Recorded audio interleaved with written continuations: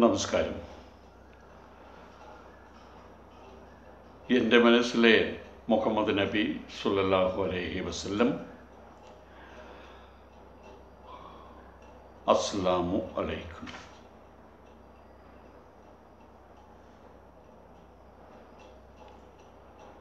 സാഹചര്യങ്ങളുടെ അവസ്ഥകൾ മനസ്സിലാക്കാതെ പോലും അന്നത്തെ സ്വച്ഛന്തമായ ജീവിതചര്യയിൽ എല്ലാവർക്കും എന്തു വേണമെങ്കിലും എപ്പോഴും ചെയ്യാം. സ്ത്രീ പുരുഷന്മാർക്ക് അതിന് ചിട്ടകളില്ല, ക്രമങ്ങളില്ല, അടക്കമില്ല, ഒതുക്കമില്ല. ശൃംഗാര സംഭാഷണങ്ങളിൽ ഏർപ്പെടാം, വികാര വിവശരായിട്ട് പെരുമാറാം, പരസ്യമായിട്ട്. അതിലൊന്നും ആരും ഒരു കുഴപ്പവും കണ്ടിരുന്നില്ല. അവര് പരസ്യമായിട്ട് യുദ്ധക്കളത്തിൽ വെച്ച് പോലും പരസ്യമായിട്ട് ശൃംഗാര ഗീതങ്ങൾ ആലപിക്കാറുണ്ടായിരുന്നു അത്രേ. നിങ്ങൾ മുന്നോട്ട് കുതിച്ചാൽ, പുരുഷന്മാരുടെ സ്ത്രീകൾ പറയണം, നിങ്ങൾ മുന്നോട്ട് കുതിച്ചാൽ നിങ്ങളെ ഞങ്ങൾ കെട്ടിപ്പുണരും. നിങ്ങൾ മുന്നോട്ട് കുതിച്ചാൽ നിങ്ങളെ ഞങ്ങൾ കെട്ടിപ്പുണരും. പുരുഷന്മാരെ പ്രചോദിപ്പിക്കുകയാണ്. നിങ്ങൾക്ക് വേണ്ടി ഞങ്ങൾ പട്ടുമെത്ത വിരിക്കും. നിങ്ങൾക്ക് വേണ്ടി ഞങ്ങൾ പട്ടുമെത്ത വിരിക്കും.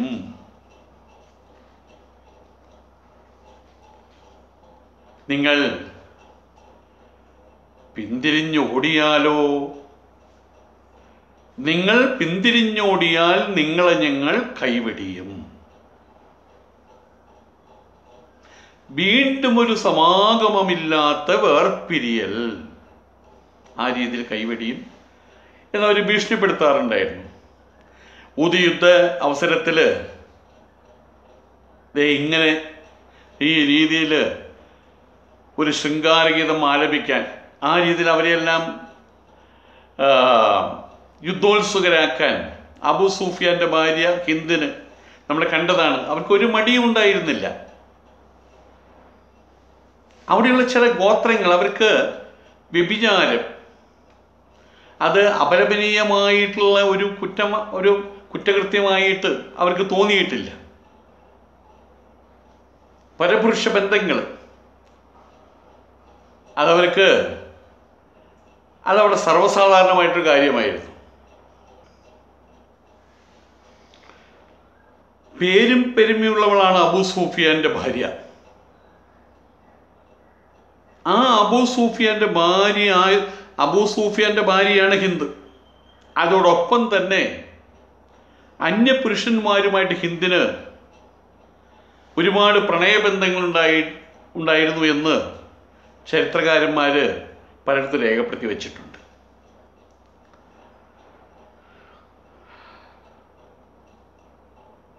സ്വന്തം സമൂഹം, ആ ഖുറൈശി സമൂഹം, അവളുടെ സ്വന്തം കുടുംബം,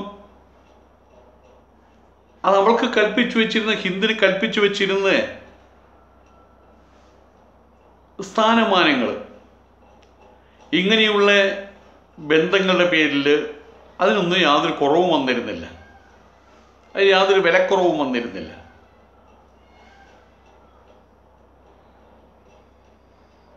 അവിവാഹിതകൾ പ്രസവിച്ചു കഴിഞ്ഞാൽ അവളുമായിട്ട് ലൈംഗിക ബന്ധം പുലർത്തിയ പുരുഷന്മാരുടെ പേരുകൾ പരസ്യമായിട്ട് പ്രഖ്യാപിക്കുന്നതിന്, അല്ല കുഞ്ഞിനോട് കൂടുതൽ രൂപസാദൃശ്യമുള്ള പുരുഷനിൽ പിതൃത്വം ആരോപിക്കുന്നതിൽ, ഇതിനൊന്നും സമൂഹമെന്ന് അവരൊരിക്കലും മടിച്ചിരുന്നില്ല. വിവാഹം കഴിക്കാവുന്ന സ്ത്രീകളുടെ എണ്ണത്തിന് അതിനൊരു പരിധിയൊന്നും ഉണ്ടായിരുന്നില്ല. അവരവരുടെ കഴിവിനനുസരിച്ച് എത്ര പേരെ വേണി വിവാഹം കഴിക്കാമായിരുന്നു. അതുമാത്രമല്ല, അടിമ സ്ത്രീകൾ അവരെ വെപ്പാട്ടികളായിട്ട് അത് സ്വീകരിക്കുകയും ചെയ്യാം. അതിൻ്റെ സംഖ്യയ്ക്കും ഒരു നിർണയമൊന്നും ഉണ്ടായിരുന്നില്ല. അവിടെയും ഒരു ക്രമം ഉണ്ടായിരുന്നില്ല. പുരുഷൻ ഇഷ്ടം പോലെ വിവാഹം കഴിക്കാം, ഇഷ്ടം പോലെ സ്ത്രീകളെ, അടിമകളായിട്ടുള്ള സ്ത്രീകളെ വെപ്പാട്ടികളായിട്ട് വയ്ക്കാം. അത് അവരുടെ സ്വാതന്ത്ര്യമായിരുന്നു. അതിൽ സമൂഹത്തിന് ഇടപെടാനൊന്നും ഉണ്ടായിരുന്നില്ല. ഇഷ്ടം പോലെ പ്രസവിക്കാനുള്ള സ്വാതന്ത്ര്യം അത് സ്ത്രീകൾക്കും ഉണ്ടായിരുന്നു.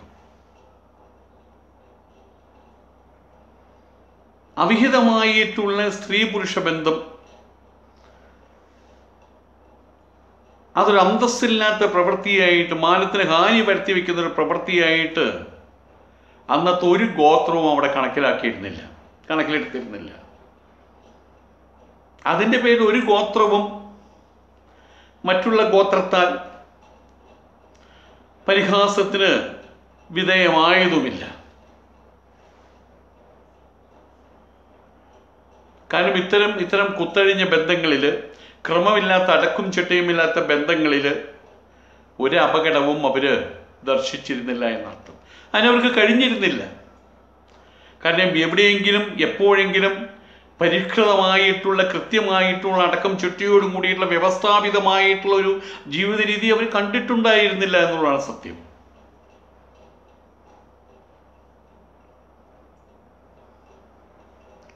സമ്പുഷ്ടമായിട്ടുള്ള ഭാവനയുടെ ഉടമസ്ഥരായിരുന്നു അറബികൾ.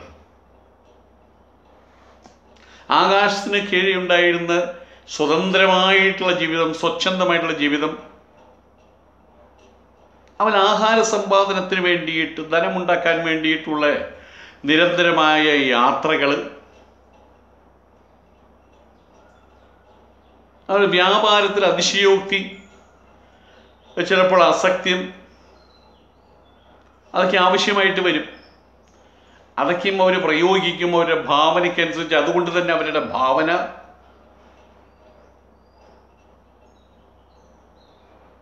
സമ്പുഷ്ടമായിട്ടുള്ള ഭാവനയായിട്ട് തീർന്നു അറബികൾക്ക്. സുലഭമായിട്ട് അവർക്ക് ഒഴിവ് സമയം കിട്ടിയിരുന്നു. പലപ്പോഴും വ്യാപാരത്തിന് വേണ്ടിയുള്ള യാത്രകൾ, അത് കഴിഞ്ഞ് തിരിച്ചു വന്നാൽ ഇവിടെ ആടുമാടുകളെ മേയ്ക്കൽ, മറ്റുള്ള ആളുകൾ. അതുകൊണ്ട് എല്ലാ മേൽ സ്ഥായിലുള്ള ആളുകൾ, ധനവാന്മാർ, ദരിദ്രന്മാർ, എല്ലാവർക്കും വേണ്ടത്ര സമയം, ഒഴിവ് സമയം അവർക്ക് ജീവിതത്തിൽ കിട്ടിയിരുന്നു. അതൊക്കെയും അവർ പുതിയ പാട്ടുകളുണ്ടാക്കി പാടാനാണ് പ്രധാനമായിട്ടും വിനിയോഗിച്ചത്. കാവ്യരചന, അവർ കാവ്യരചനയ്ക്ക് വേണ്ടിയിട്ടാണ് ആ സന്ദർഭങ്ങൾ അവർ വിനിയോഗിച്ചത്. അഥവാ കാവ്യരചനയ്ക്ക് പ്രേരകമായി തീർന്നു ആ ഒഴിവു സമയങ്ങൾ.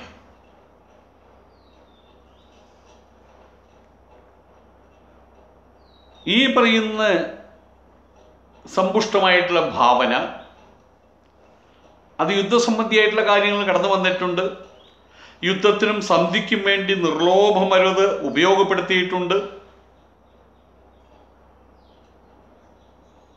ഏകാന്തമായിട്ടൊരിടത്ത് വെച്ചിട്ട് ഹിന്ദിനെ കണ്ടുമുട്ടുന്ന സൈദ്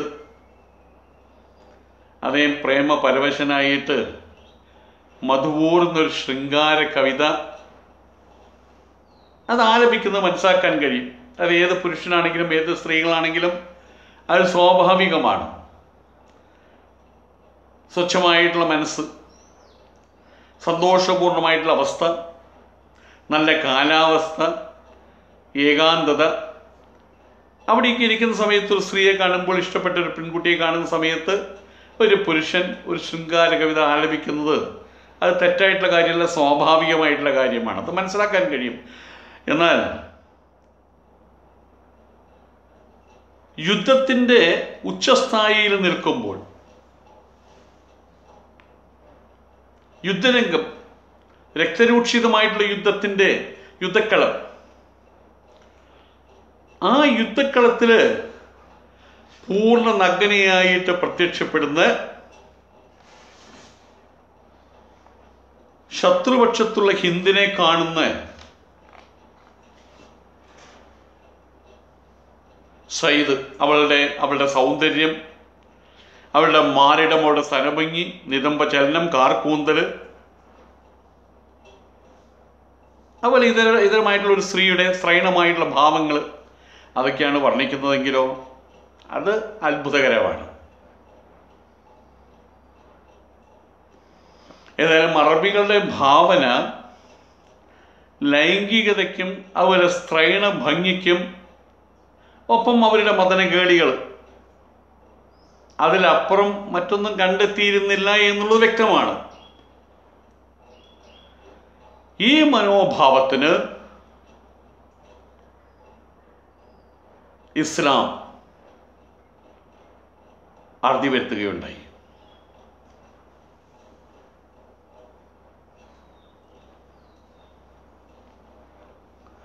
എന്നിട്ടും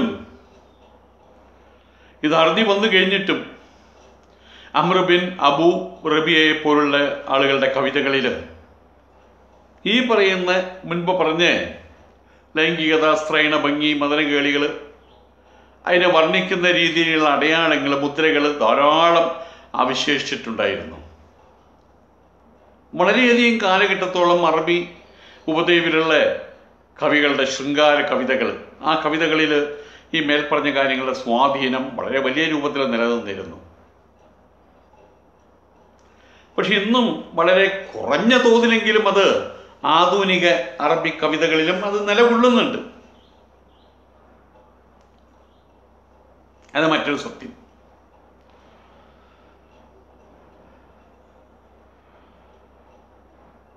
അറബികളെയും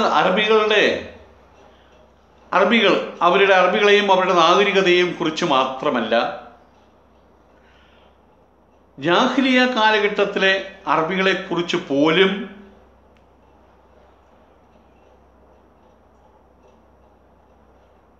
ഏറ്റവും വില കുറഞ്ഞിട്ടുണ്ടായിരുന്ന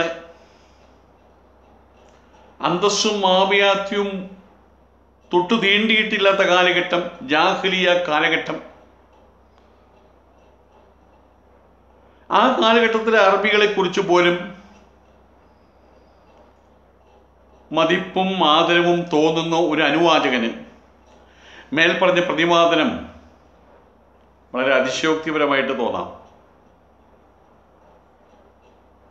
ആധുനിക കാലഘട്ടത്തിൽ നിലനിൽക്കുന്നതായിട്ടുള്ള വിവാഹം, വിവാഹമോചനം, ദാമ്പത്യ ജീവിതം, അതിലെ പിതാവും പുത്രനും തമ്മിലുള്ള ബന്ധം തുടങ്ങിയ പ്രശ്നങ്ങളിൽ നടപ്പിൽ വരണമെന്ന് നാം ആഗ്രഹിക്കുന്നതോ ആയ സാംസ്കാരിക ജീവിതത്തോട് മുകളിൽ ചിത്രീകരിച്ചിട്ടുള്ള അറേബ്യൻ സംസ്കാരത്തെ താരതമ്യം ചെയ്യുന്നവർക്ക് അത് അതിശയോക്തിപരമായിട്ട് തോന്നിയെങ്കിൽ അവരെ കുറ്റപ്പെടുത്താൻ പറ്റില്ല.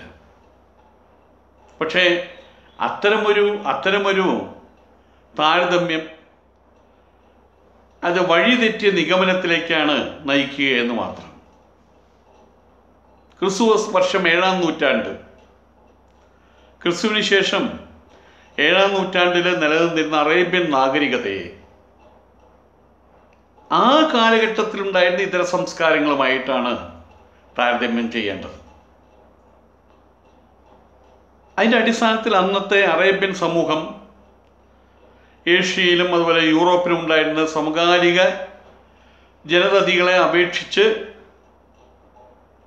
കുറച്ച് മെച്ചമായിരുന്നു എന്ന് പറയുന്നതിൽ അത് തെറ്റില്ല.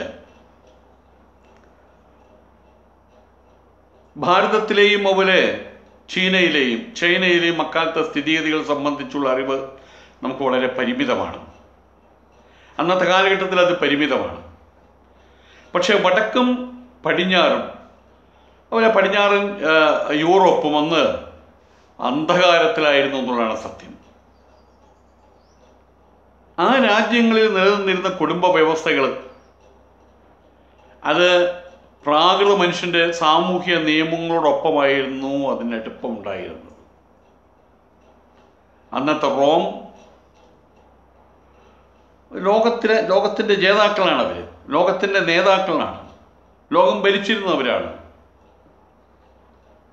അന്നത്തെ പേർഷ്യൻ രാഷ്ട്രങ്ങളോട്, പേർഷ്യൻ സാമ്രാജ്യത്തോട് കിട്ടപിടിക്കാൻ കഴിവുള്ള ഏക രാഷ്ട്രം. പക്ഷേ റോം ആ സ്ത്രീകൾക്ക് നൽകിയിരുന്ന പദവി അറേബ്യൻ മരുഭൂമിയിലെ അപരിഷ്കൃത ജനത നൽകിയിരുന്നതിനേക്കാൾ വളരെയധികം താഴ്ന്നതായിരുന്നു. അന്നത്തെ റോമൻ നിയമസംഹിത അനുസരിച്ച് യഥേഷ്ടം ഓരോരുത്തരൊരു പുരുഷൻ അവൻ്റെ ഇഷ്ടം പോലെ അവൻ്റെ അടിമയാക്കുക, താൻ സ്വയം ഉടമയാകുക. അല്ല, ഇഷ്ടം പോലെ കൈകാര്യം ചെയ്യുക. അതിനു വേണ്ടിയിട്ടുള്ളൊരു ചരക്ക് മാത്രമായിരുന്നു സ്ത്രീ എന്നുള്ളതാണ് സത്യം. അവളുടെ സമസ്ത കാര്യങ്ങളും, ജീവിതം, മരണം, അതെല്ലാം തന്നെ അക്കാലത്ത് റോമിലൊക്കെ പുരുഷന്റെ നിയന്ത്രണത്തിന് വിധേയമായിരുന്നു. അൽഹംദുലില്ലാഹ്.